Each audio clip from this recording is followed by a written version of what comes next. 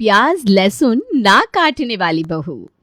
कहते हैं हर किसी की कुछ न कुछ पसंद नापसंद होती है, पर अक्सर कुछ नापसंद इंसान के लिए परेशानी का सबब भी बन जाती है। ऐसी ही कुछ कहानी है जगजीवन जी की इकलौती बेटी नटखट पिंकी की। उसे प्याज लहसुन से इतनी नफरत है जैसे सांप को नेवले से। और इसका क्या कारण है ये तो बस वही जान सकती है। तो फिर आइए देखते हैं नटखट पिंकी की कहानी कि आखिर उसे प्याज लहसुन से इतनी नफरत क्यों है भाई, और क्या होगा जब वो अपने हाथ पीले करके पराए घर चली जाएगी। भाभी जल्दी नाश्ता लेकर आओ, मुझे कॉलेज के लिए देर हो रही है। किचन में काम कर रही नई नवेली दुल्हन कामिनी के कानों में जैसे ही ननद पिंकी की आवाज पड़ी तो उसके हाथ और तेज चलने लगे। आई ननद जी, बस 5 मिनट। कामिनी ने जल्दी से आकर फटाफट प्याज और लहसुन के बने गर्मा गर्म पराठे पिंकी को परोस दिए। फिर क्या था भाई, शुरू हो गया मोहनलाल जी के घर में तमाशा। पिंकी ने जैसे ही एक निवाला तोड़ा, प्याज लहसुन की तीखी महक उसके नाक में घुस गई।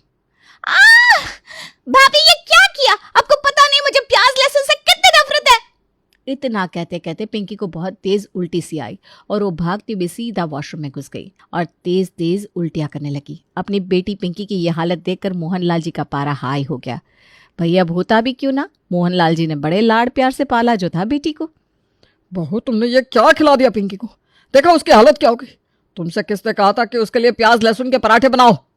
पापा जी, मुझे नहीं पता था नाना जी को प्याज लहसुन से उल्टी आने लगेगी, वरना मैं कभी भी उन्हें ये खाने के लिए नहीं देती।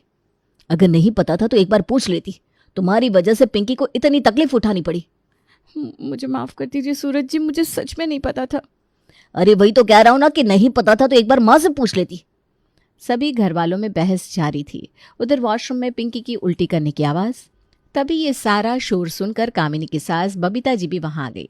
उन्होंने गुस्से से कामिनी को ऊपर से नीचे तक देखा। डर के मारे बेचारी कामिनी कांप रही थी। जानबूझकर इस कामिनी कमीनी ने मेरी बेटी को ये पराठे खाने दिए होंगे। आज 10 दिन हो गए इसकी शादी को, पर इसको इतना भी पता नहीं चला कि पिंकी को प्याज लहसुन से नफरत है। कामिनी, तुम जब से आई हो इतना तो देख रही हो ना कि पिंकी दाल बिना तड़के के खाती है, उसकी सब्जी भी अलग बनती है। हाँ माँ जी, पर मुझे ये नहीं पता था कि नाना जी को इतनी एलर्जी है प्याज लहसुन से। मुझे माफ़ कर दीजिए, मैं आगे से ध्यान रखूंगी। कामिनी का माफीनामा चल ही रहा था कि पिंकी भी हांफते हुए सबके पास आ गई।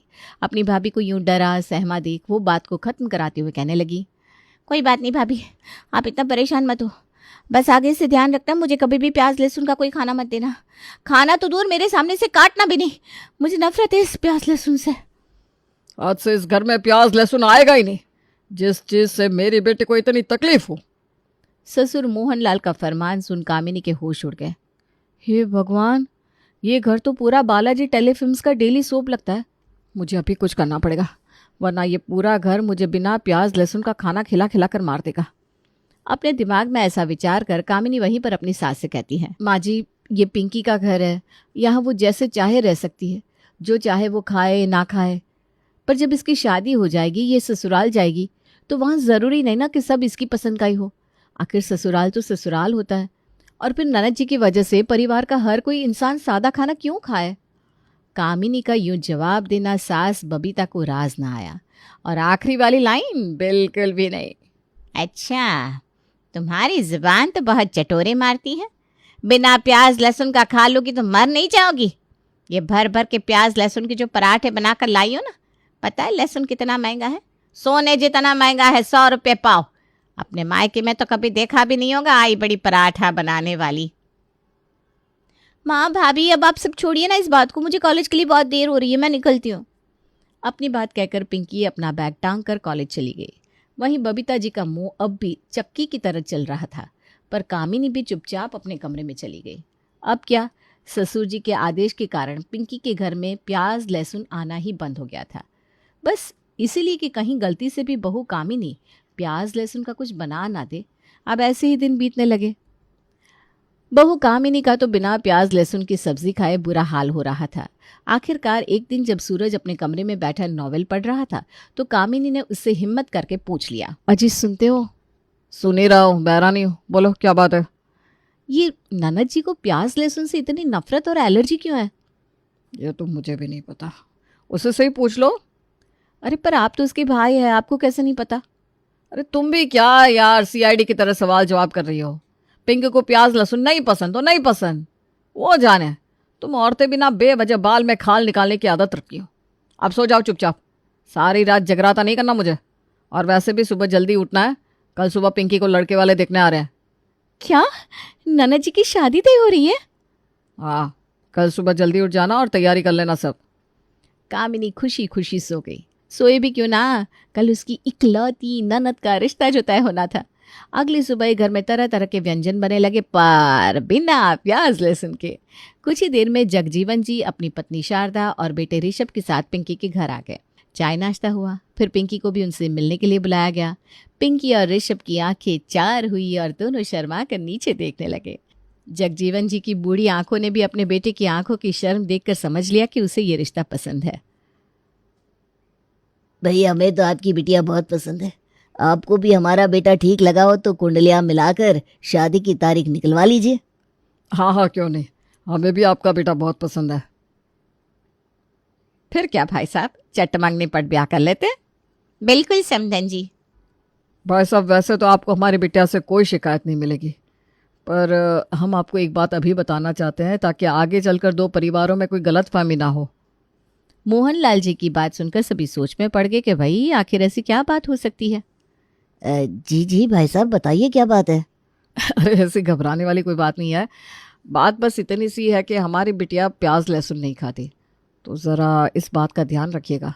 अरे इतनी छोटी सी बात। हाँ भाई साहब, आपने तो हमें डरा ही दिया था, इसमें कौन सी बहुत बड़ी बात है।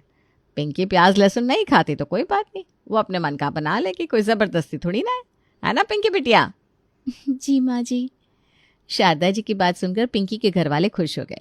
दरवाजे के पास खड़ी पिंकी की भाभी ये सारी बातें सुन रही थी। ये पिंकी की सास मुंह में मिश्री घोलकर आई है क्या?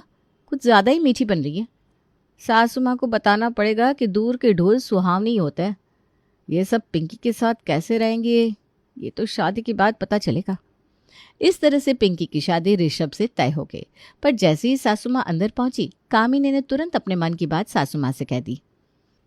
सासू माँ, ये सब कुछ ज्यादा अच्छे नहीं बन रहे थे। मुझे तो दाल में कुछ काला लगता है। तेरे पास वैसे ही दिमाग कम है जो बेवजह खर्च कर रही है। अपना दिमाग ना घर के कामों के लिए बचा कर रख। शारदा जी और उनका परिवार बहुत अच्छा है, सुना नहीं है तूने? हाँ भाभी, अब बेवजह मेरे लिए ज़्यादा परेशान हो रही है।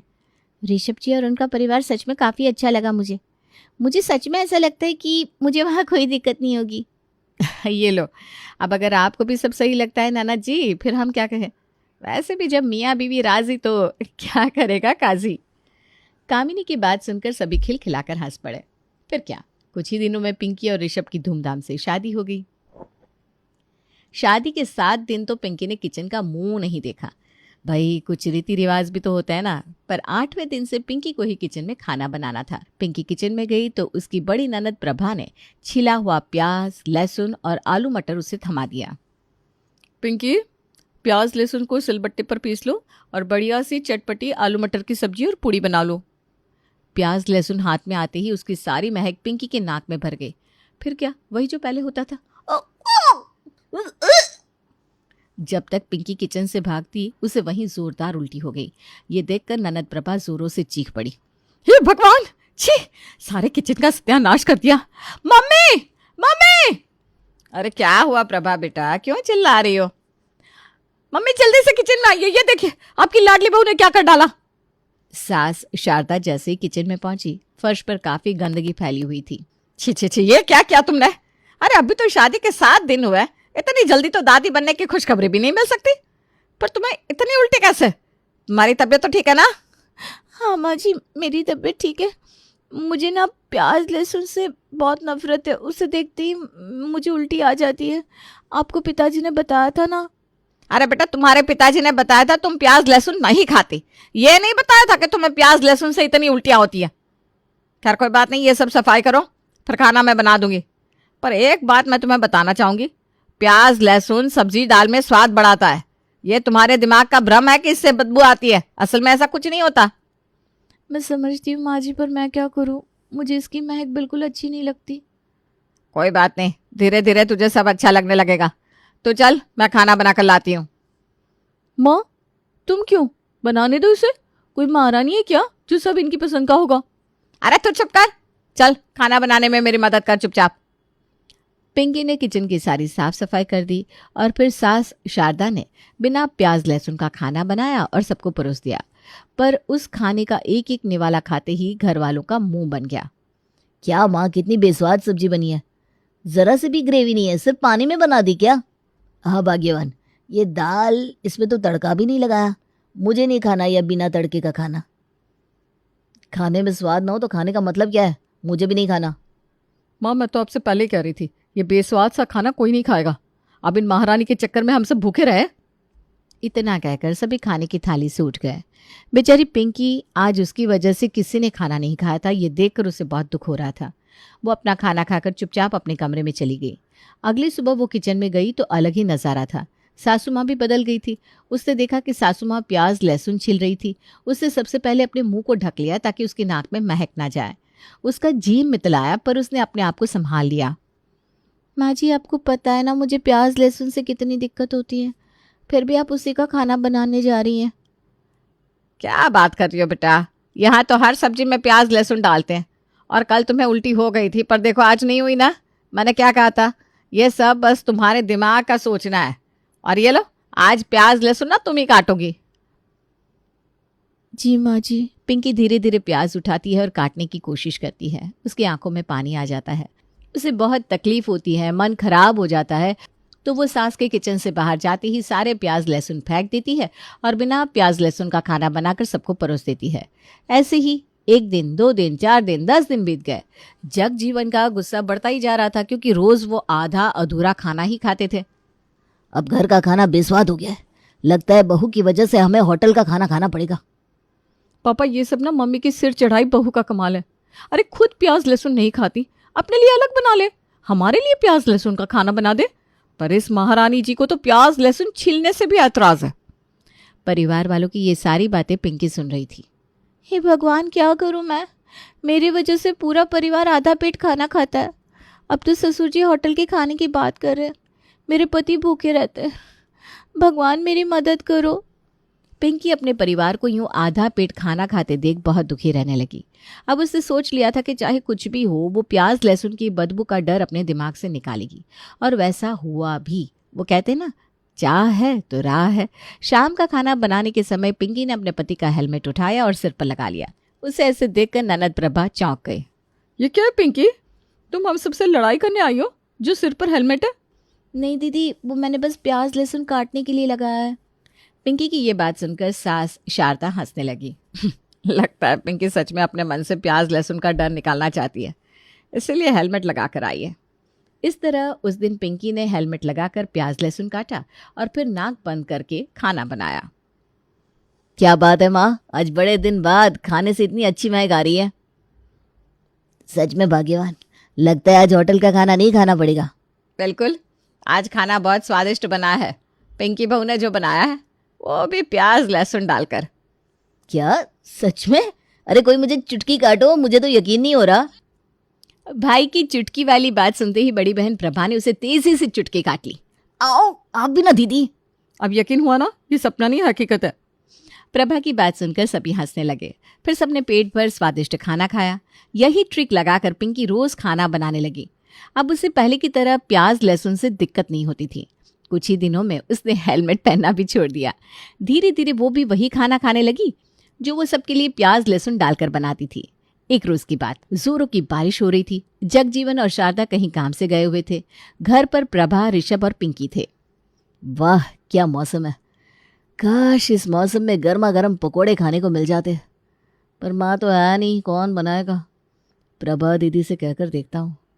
प्रभा दीदी, प्रभा दीदी। क्या है, क्यों चिल्ला रहा है?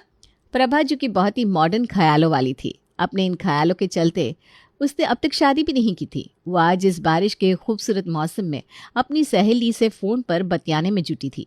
ऋषभ की आवाज उसकी फालतू की बातों में बाधा डाल रही थी। दीदी प्लीज गरम गरम प्याज के पकोड़े बना दीजिए ना, खाने का बहुत मन कर रहा है। अपनी घरवाली से क्या है, क्या करती है, पूरा दिन सोती तो रहती है। प्रभा की बात सुनकर ऋषभ अपना सा मुंह लेकर चुप हो गया। तभी ये सब बातें सुनकर पिंकी ऋषभ के पास आई। मैं आपके लिए प्याज के पकोड़े बना देती हूँ। अरे नहीं पिंकी, तुम्हें परेशान होने की ज़रूरत नहीं है। तुम्हें वैसे भी प्याज से दिक्कत होती है, तुम हम सबके लिए प्याज लहसुन का खाना बना देती हो, वही बहुत है। ऋषभ की बात सुनकर बिना कुछ कहे पिंकी चुपचाप किचन की ओर चली गई। क्या बात है, इतनी सौंधी खुशबू। ज़रूर प्रभा दीदी मेरे लिए प्याज के पकौड़े बनाई है, जाकर देखता हूँ। ऋषभ किचन की ओर चला गया, पर जब उसने किचन का नज़ारा देखा तो वो चौंक गया। किचन में पिंकी बड़े प्यार से प्याज के पकौड़े तल रही थी। ये देखकर वो बहुत खुश हो गया। अरे वाह, इतनी अच्छी खुशबू, खाने में तो ये और भी ज़्यादा स्वादिष्ट होंगे। लीजिए ना, खाइए। जैसे ऋषभ ने एक पकौड़ा मुंह में डाला, उसके तो हाव भाव ही बदल गए। अरे वाह, इतने स्वादिष्ट पकौड़े तो मैंने आज तक नहीं खाए। दोनों पति पत्नी बात कर रहे थे, तभी जगजीवन और सास शारदा भी घर आ गए। पकौड़ों की महक से वो भी किचन तक पहुंच गए और साथ में प्रभा भी। फिर सबने एक एक पकौड़ा उठाकर गप से मुंह में डाल दिया। वाह, इतनी अच्छी महक और स्वाद, वाकई बहुत स्वादिष्ट बने हैं। बहू, अब तो तुम हमारी बहू से बेटी बन गई हो। जी माँ जी, प्यार से बनाओ तो हर चीज़ अच्छी बनती है। वैसे पिंकी बेटा, प्यार में थोड़ी सी मिर्ची भी डालनी पड़ती है। हाँ? वो काम करने के लिए प्रभा दीदी है ना पापा। ये सुनकर सब जोर जोर से हंसने लगते हैं। और इस तरह प्याज लहसुन न खाने वाली बहू ने अपने परिवार के लिए खुद को, खुद की पसंद को बदल लिया और ससुराल में सबका दिल जीत लिया। आखिरकार अपनों के लिए त्याग और समर्पण ही तो एक खुशहाल परिवार बनाता है।